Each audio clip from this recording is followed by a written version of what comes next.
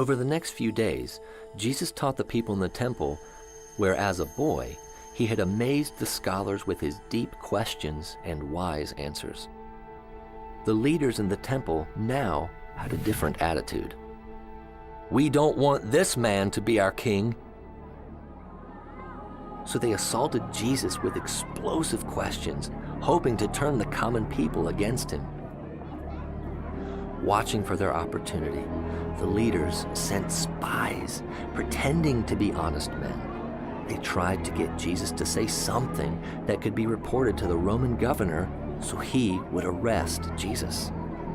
"Teacher," they said, "we know that you speak and teach what is right and are not influenced by what others think.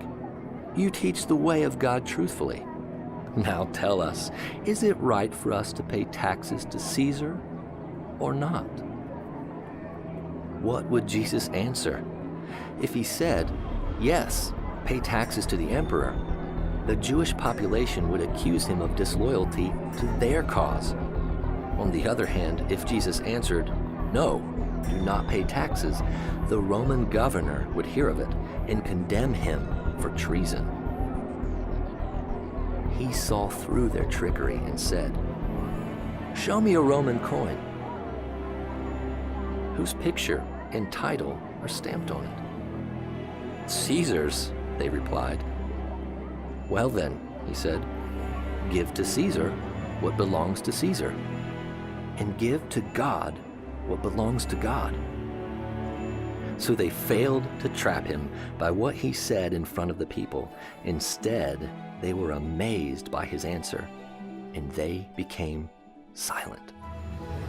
Again and again, different groups of religious teachers tried to trap Jesus, but each time he answered them with perfect wisdom. After that, no one dared to ask him any more questions. Put to shame, the men slipped away to conspire with the chief priests to have Jesus arrested and executed. What blindness! These priests, responsible to offer sacrifices on the temple altar, had no idea the man they wanted to kill was the very one who was pictured in those sacrifices. God's secret plan was about to be fulfilled.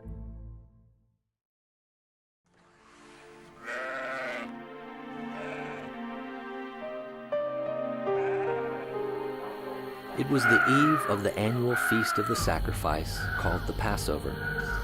The next day, thousands of lambs would be killed. Though Jesus knew that he too would be killed the next day, he spent the evening sharing a last supper with his disciples. During the meal, he took the bread, blessed it, broke it, and gave it to them to eat. He also passed around a cup. He told them the torn bread should make them think about his body, and the red juice about his blood that would be shed to bring in the new covenant for the forgiveness of sins. At midnight, he led his disciples to a garden called Gethsemane. There, knowing the horrors that awaited him, he prayed to his Father. Then, as if on cue, the religious leaders arrived with a mob of armed men. Jesus said to them, "Am I some dangerous revolutionary that you come with swords and clubs to arrest me? Why didn't you arrest me in the temple? I was there teaching every day." But this is all happening to fulfill the words of the prophets as recorded in the scriptures. At that point, all the disciples deserted him and fled. Jesus let the men bind him and lead him to the high priest's house where the Jewish rulers had gathered. There, many men told lies about Jesus. Then the high priest stood up before them and asked Jesus, "Are you not going to answer? What is this testimony that these men are bringing against you?" But Jesus remained silent and gave no answer. Again, the high priest asked him, "Are you the Christ, the Son of the Blessed One?" "I am," said Jesus, "and you will see the Son of Man sitting at the right hand of the Mighty One and coming on the clouds of heaven." The high priest tore his clothes. "Why do we need any more witnesses?" he asked. "You have heard the blasphemy. What do you think?" They all condemned him as worthy of death. Then some began to spit at him. They blindfolded him, struck him with their fists, and said, "Prophesy!" And the guards took him and beat him. The Jewish court had passed the death sentence, but it did not have the authority to carry it out. Only a Roman court could do that.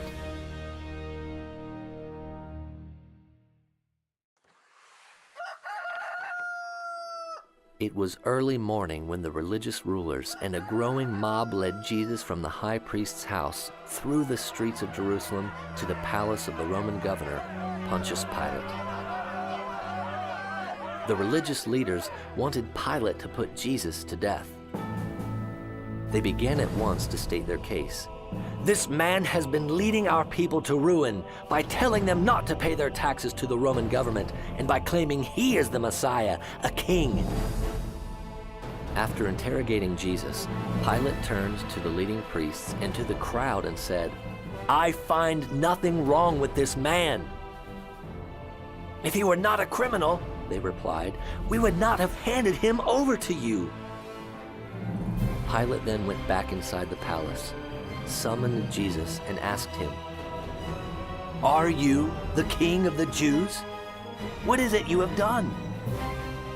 Jesus said, "My kingdom is not of this world. If it were, my servants would fight to prevent my arrest by the Jews. But now my kingdom is from another place." "You are a king then?" said Pilate.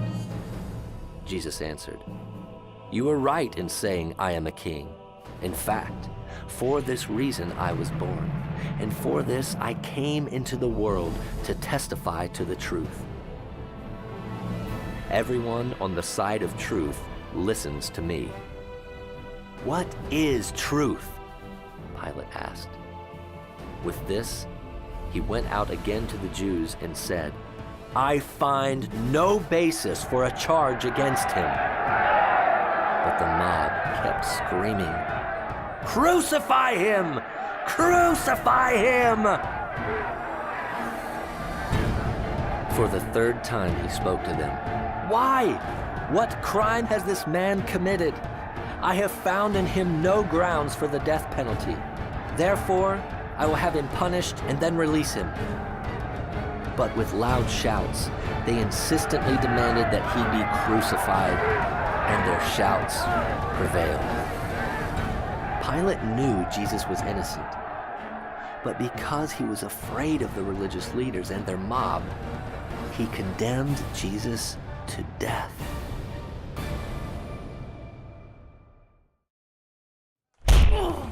Pilate sentenced Jesus to the extreme penalty of Roman law, a brutal beating followed by crucifixion. Condemned victims were flogged with whips embedded with sharp pieces of metal. 700 years earlier, the Lord had told the prophet Isaiah to write, "I offered my back to those who beat me, my cheeks to those who pulled out my beard. I did not hide my face from mocking and spitting." The gospel tells us what happened after the Lord was whipped. Some of the governor's soldiers took Jesus into their headquarters and called out the entire battalion. They stripped him and put a scarlet robe on him.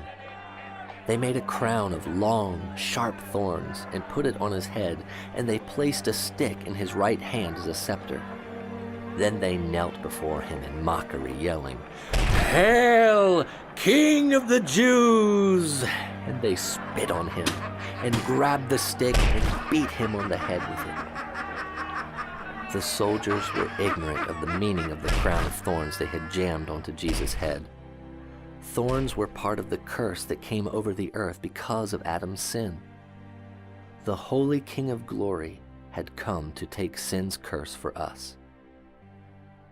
When they were finally tired of mocking him, they took off the robe and put his own clothes on him again. Then they led him away to be crucified. 2 convicted criminals were also led out with Jesus. Each was made to carry his own cross to the place of execution. Partway into the grim parade, the Roman soldiers forced a man from North Africa to carry Jesus' cross for him. Then on they went, Jerusalem's crowded streets, outside the city walls, and up a hill called Golgotha, the northern part of Mount Moriah where, about 1900 years earlier, the prophet Abraham had said, "God himself will provide the lamb for the burnt offering, my son." It was time for that lamb to die.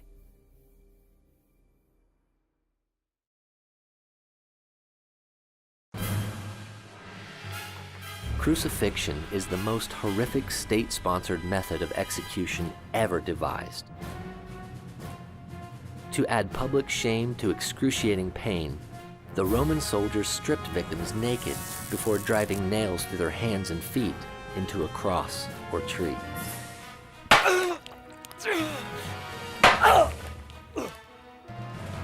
When they came to the place called the skull, there they crucified him, along with the criminals, one on his right, the other on his left. Jesus said, "Father, forgive them, for they do not know what they are doing." And they divided up his clothes by casting lots.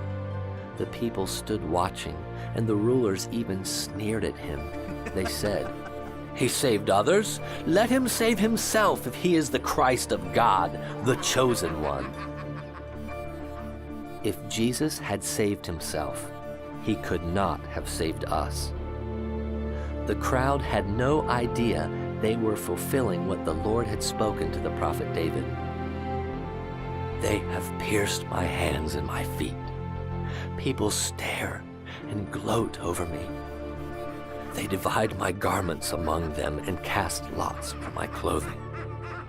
All who see me mock me. They hurl insults, shaking their heads. Let the Lord rescue him. Let him deliver him, since he delights in him." God's rescue plan was being fulfilled in every detail. On the same mountain where the prophet Abraham had said, "God himself will provide the lamb," and "the Lord will provide," God had provided his very own lamb, Jesus. Do you remember how the innocent ram was sacrificed on the wood on an altar to ransom Abraham's condemned son? Now the sinless Son of God was being sacrificed on a wooden cross to ransom Adam's condemned descendants. God spared Abraham's son, but he did not spare his own son, but gave him up for us all. For God so loved the world that he gave his only begotten Son, that whoever believes in him should not perish, but have everlasting life. God paid a ransom to save you from the empty life you inherited from your ancestors. And the ransom he paid was not mere gold or silver. He paid for you with the precious lifeblood of Christ, the sinless, spotless Lamb of God. That is how much you are worth to God.